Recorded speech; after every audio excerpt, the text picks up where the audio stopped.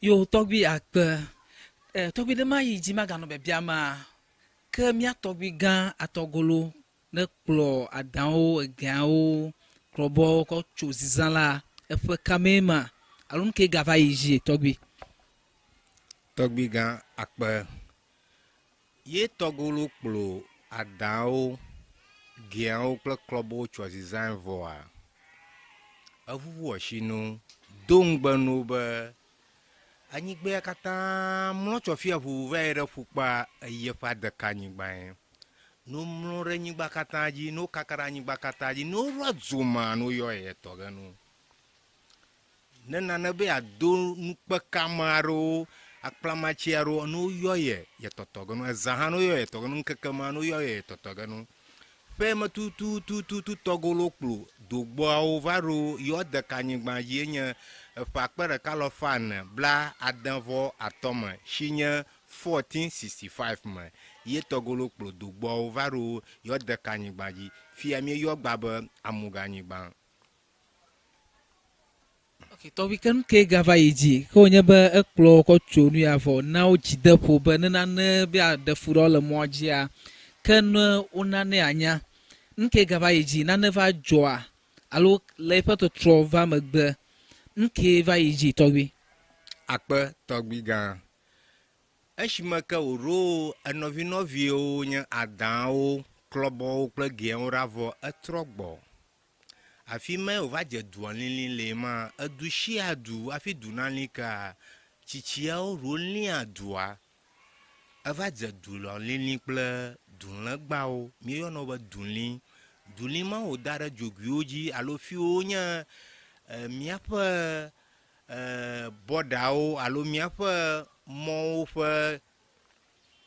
liƒo do ƒome do liƒo kple amedzrowo alo ame bubuwoa edze duli dada ɖe afi mo katã ne míakɔ lé anyigba ɖe asi kɔtsoe ma yi dzia eƒe dua le ɖokui tsinu blibo ele te blibo dzimeɖeme aɖeke ƒo gake ŋu kae va dzɔ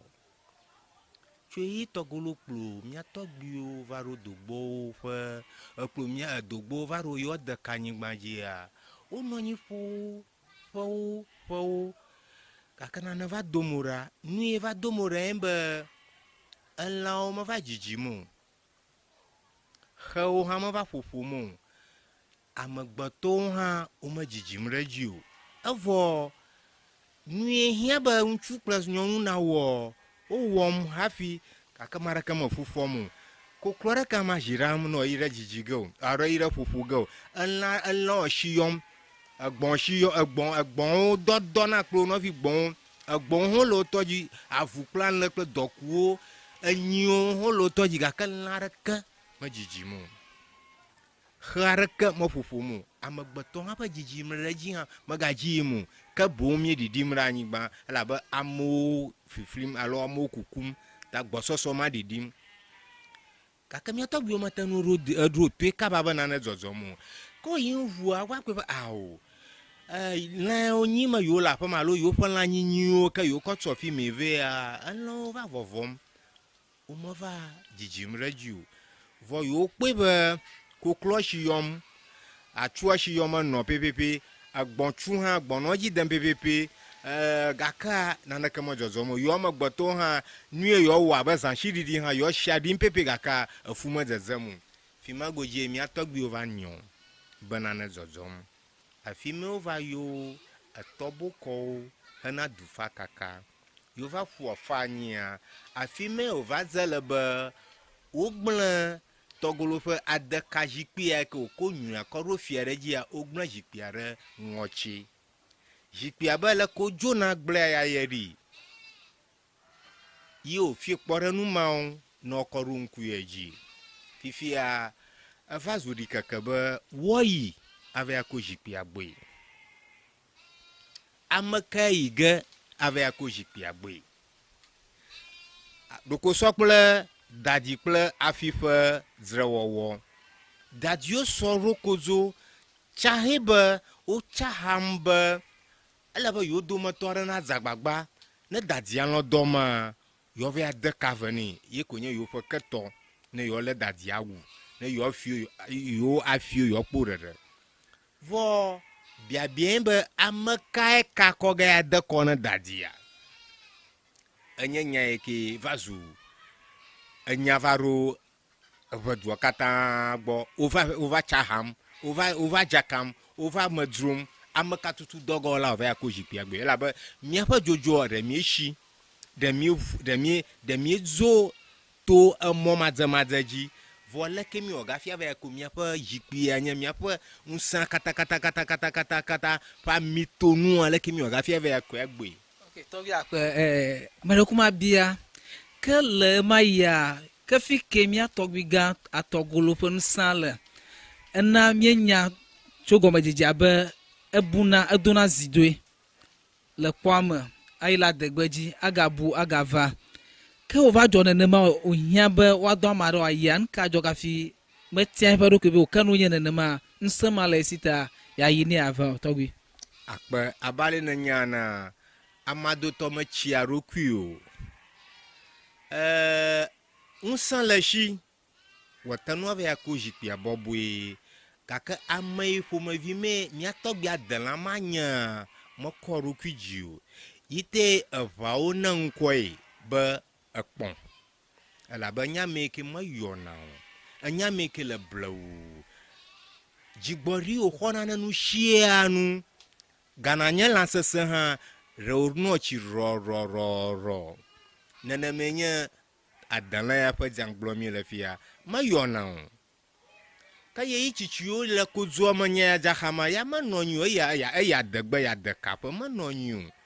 ye megaho nyamegakpuiwo va dzake be fifia le be yewoɖɔ me ɖa ɔve ya ko kponu esue ƒe awɔmezia tso ŋɔtsi akɔve fifia susua le be meka yi gava ya ko zikpia gbe amegakpuiwo dui ɖe kponu esue gbɔ be eya do ye ŋutɔ ƒe vi ɔve ya ko be zikpia eya ƒe zikpui wònye ele be do via ŋgɔgbi ɔve ya ko zikpia ve fifia evia ŋgɔgbia eŋkoe nye fui dzilawo yɔe be fifia nu ya dzɔ fia yewo ɖo ge ɖe ŋɔtsi wɔyi ɖe eʋewo katã ƒe avafia gã agɔkɔli gbɔ ɔve ya xɔ fofoa ƒe zikpia ve lo le nyateƒe ma dada gblɔ nɛ be megayi o dada gbe nɛ be megayi o ne yia woyi gave ya wui ɖe fofoa teƒe elabe fofoa nugbegblẽ wòwɔ fofoa agɔe wòdze fofoa numadzemadze wòwɔ yiwo kɔ si ta ne ya yia woyi gave ya wui na ye megayi o ne si ne yi nɔviwo gbɔ le wui ne wòkpɔ agbe ne wònɔ ta kponue sroea evia ŋgɔgbia ŋkoe nye fui dada ŋkoe nye adowa wodzi viwo fũu gake ɖewo ƒe ŋkɔ ma yɔ afie nye fui efui ma wova tso megbe ŋkɔ nɛ be gbeve ɖe gbegbe wòva gbe edoe wòva gbe ne fofoa be yemeyi ge o ta tsitsiwo tso ŋkɔ nɛ be gbeve woƒona ɖo nɛ be gbeve menyia vi o ava gble vi ne vitɔ ese dada ƒe gbe yo dzo le aŋlɔ gã dzo yi ɖe nɔviwo gbɔ ewoe nɔ kpɔ gbe ne wɔnɔ nɔviawoe nye adzika drafɔ de azimahada ame wɔme etɔ̃ me yɔ wonye adowa ƒe viwo wòdzi ne miatɔgbi kponue sroe fui adika drafɔ kple de azimahada wɔwoe nye vi miamama gã adowa dzi ne kponue sroe ame ke nye miamama adowa eɖe srɔ̃ kpɔ esrɔ̃ ŋkoe nye ahame nane va dzɔ va buta kpata afi me miatɔgbi gã miaƒe dume gã ame atsu madokpui ʋenya bui be awo ale wòdzɔ ke esrɔ̃ yewokoe ne kponue sroe wɔ ɖe elabe ma yia wokoe ɖo fia srɔ̃ mele si o yewo va ko ahosia nɛ wòɖe ahosia ŋkoe nye adowa wokpli wo dzi evi wɔwoe nye fui adika drafɔ kple de azimahada ta yi wòdzɔ nenema fuia gbedɔ ne fofoa kple nɔviwo katã ko si ne womagakpɔ o ko si dzo yi ɖe ewoe wo nɔviwo gbɔ fifia Avazu tamabubu na kponwe. Efia ma fa vila du tofu. Arachi va gamona mi atogbi gan kponwe swen. Bayan to e pa ma via yeji. Ya rira dogba agba donaye. Kama ka doga ya la ovea ko pa dejia, ovea ko ya pa wo ma jia venaye. Fifia nye tamabubu na kponwe.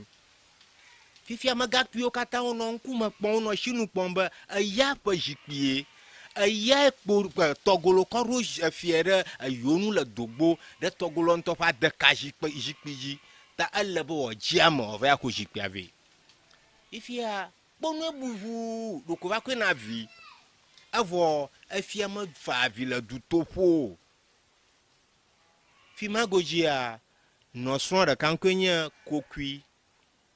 you va you no son blone be maga fa vi maga buifu maga lifu ya do yento e pa vi togolo e ka ko koro jipi e koro fiere jipi agia ye ga togolo dogo ga ho yento pa jipi ave ta maga vonlo na po e shinu o va kala takpepa ma chama duira o nopo minha mama kokwiro dure via o gboto adagba va ko dada e dada ko glone be yo jo adagba gbada hie yiji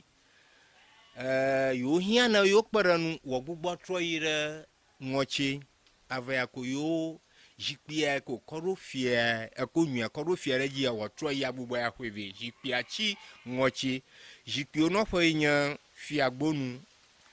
afi me o dra jipio alo avade jio kako nya vadeji le ngochi nyigba ju kwa jipi honu alo fie jipi ono pele a enye fiagbonu le ngochi togolo magbo do ko gbana dada bobwe be ye le klalo yayi ave ya ko jipi agbo bobwe yento epe adaka jipi yayi ave ya ko agbo bobwe fi magojia togolo zo ave ya o dadzraro kayo dadzraro ava kpoma ga kpio ba yo fuchiri ni okochie fori ni kayo trobe azoa oba awo na trogbo ira kapa mo zozon le gbala a chia kogola mojiala awo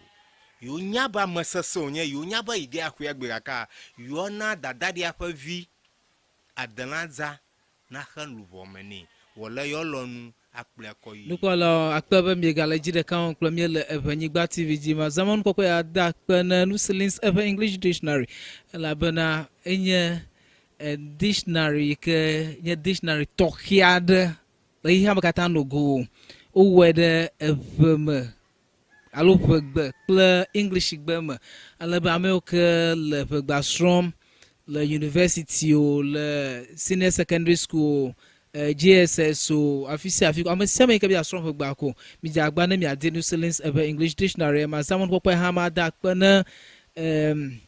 kinlaye enya me ke le camera pa magba fi meeting va mi apa moji mi akpom anu ko la mi le mi asegede afia aka mi gagbo na ejige ya yeji avada sida fi ke ntinyala Eʋeawo nudo ntinyala edizi mi jagba no nyebe edibia as enyama chito a ke mi jagba na mi adi agban like togbi nlon sikenye atogolo pe ntinya agban atogolo pe ntinya agban mi jagba na mi adi agban ma na mi akedenu ta togbi na amade ga hia na agban open kapo mo Inye 0242137967